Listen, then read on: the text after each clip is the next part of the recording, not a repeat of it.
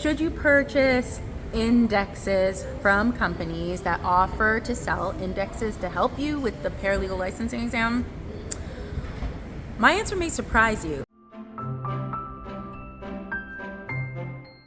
Should you purchase indexes? I don't think it is necessary, and I think it's a waste of money, and here's why. And if you're new here, my name is Naomi Joy. I'm the founder of prettyparalegal.com, where we believe that advocacy doesn't have to be ugly, so we try to keep it pretty, you know? All right, let's get into it.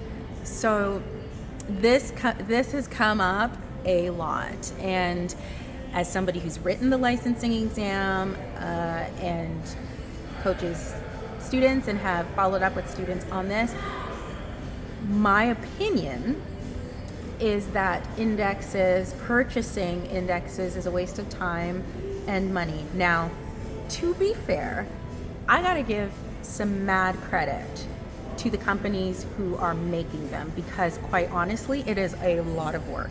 They have put a lot of effort into it. One of the companies that I like to promote, Paralegal Pathways Ontario, their index is beautiful. It's in alphabetical order. They have gone through a lot of trouble to match the topics, like to break down the topics into multiple categories and connect them to each of the chapters and pages, left page versus right page, the Law Society materials. It's a beautiful index. And if you intended to use the LSO materials as a resource in your actual practice, then I would say this may be helpful. But if you intend to use it in the licensing exam, I think what you're going to find is that you'll get very confused and you may run out of time. You only have 2.5 minutes or so, maybe even less than 2 minutes to answer each question. And it's bad enough that the case scenarios that the Law Society gives you are in like huge paragraphs, okay? It'll take you 2 minutes just to read the entire paragraph. You have to be strategic in how you answer the questions and when you use your materials. This is actually part of the test. The fact of the matter is that the materials are actually they can actually set you back. If you are going to your materials for every single question, you won't even finish the exam. And if you don't finish the exam, you won't pass. And this is actually one of the top 10 reasons that students don't pass, because they didn't finish, okay? And as Wayne Gretzky said, you miss 100% of the shots you don't take. So if you're missing or unable to answer questions because you ran out of time because you're spending so much time just reading your materials, well, you know, it's a waste, right? It's a waste of time, it's a waste of your money. There is a better way to do this and to answer questions, but I'm not going to get into that right now. What we're talking about are indexes. So you may say, okay, well, Naomi, what do I do instead? What I would recommend is that you just use the Law Society materials. The Law Society has created quite literally the perfect guide. While I love Paralegal Pathways Ontario and I promote their business and I encourage my students to check out their content, in this particular case, on this particular point, I would say that their index will just confuse you, because in order to even use it and navigate it, you have to really understand the specific subcategory of the area of law, and then you have to go through like each line to figure out, like for example, on one topic they may have multiple lines, right?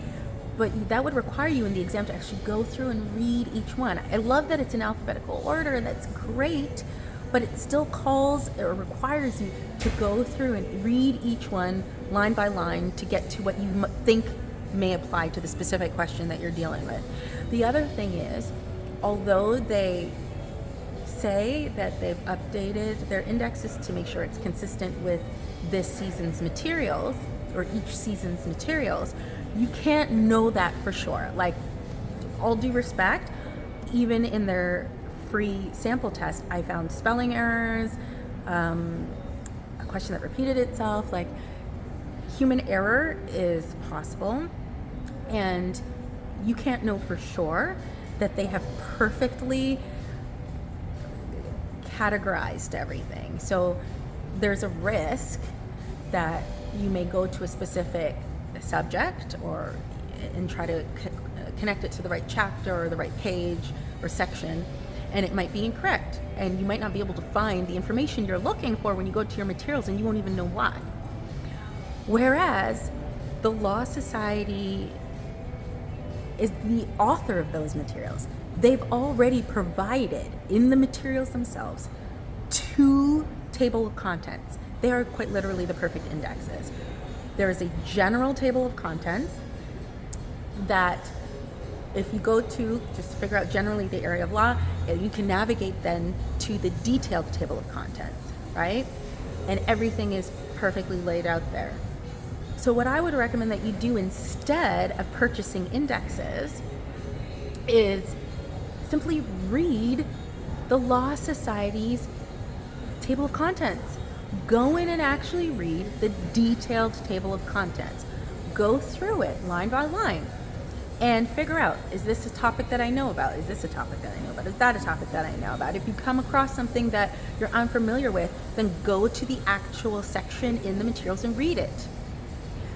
The other thing that I recommend that you do is apply the Pretty Paralegal color coding strategy to the detailed table of contents, because that is going to help you to know how to or where to find information, and to do so quickly by creating a visual cue.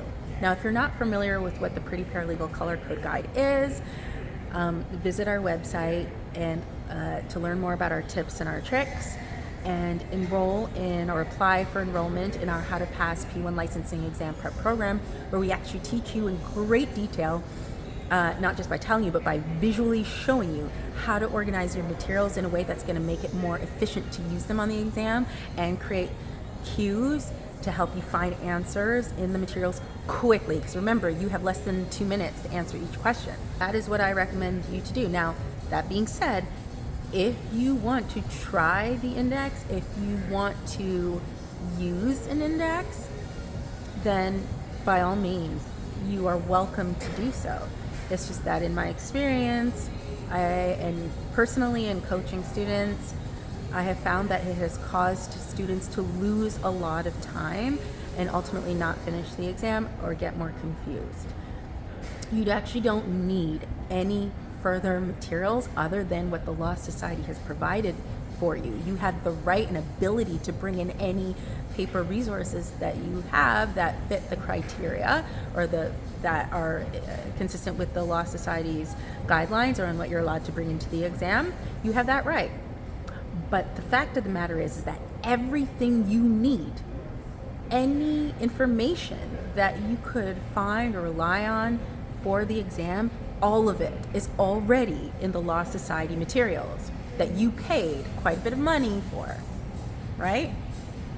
So trust the source, which is the Law Society. That's my opinion, okay? And read that, prepare that, learn how to organize your materials in a way that's going to make it efficient. If you want to learn more, visit prettyparalegal.com. You're also welcome to email us at info@prettyparalegal.com if you have any further questions. But yeah, this is what I recommend. Use the Law Society's materials. You don't need anything beyond what they have given you. They've literally given you the keys to the kingdom. And here's a final fact. Most of what's in the Law Society materials, you're not even going to need to actually pass the licensing exam. Most of what's in those materials aren't even going to come up on your exam. You don't know what will, so you should read the entire materials. You should prepare them all. You should read the entire index that the Law Society has given you.